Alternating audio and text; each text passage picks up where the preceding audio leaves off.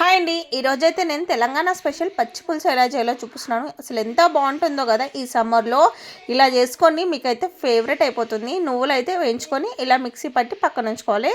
ఇంకా మనం చింతపండు అయితే ఒక 15 మినిట్స్ అలా నానబెట్టేసి దాని రసం అంతా ఇలా తీసుకొని వాటర్ అయితే పోసేసి ఇంకా మనం ఒక గిన్నెలో అయితే సపరేట్ చేసుకోవాలి. ఆ తర్వాత అయితే ఈ నువ్వుల పొడి కూడా వేసేసి అందులో అయితే సన్నగా కట్ చేసిన ఆనియన్ అయితే వేసుకోవాలి. ఆనియన్ ఎంత ఎక్కువ వేస్తే అంత బాగుంటుంది.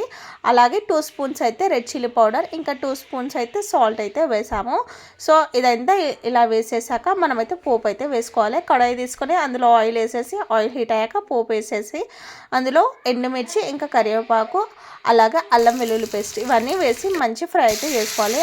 పచ్చివాసన మొత్తం పోయేదాకా ఫ్రై చేసుకున్నాక ఇంకా పసుపు వేసేసి మంచిగా మిక్స్ చేసుకొని ఈ పచ్చి పులుసులో వేసి కలిపేయడమే.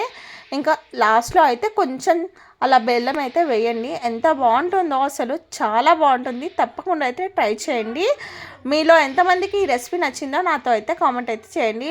లైక్ చేయండి, షేర్ చేయండి. ఎవరైనా సబ్స్క్రైబ్ చేసుకునే వాళ్ళు ఉంటే సబ్స్క్రైబ్ చేసుకోండి. Thanks for watching. Take care, by.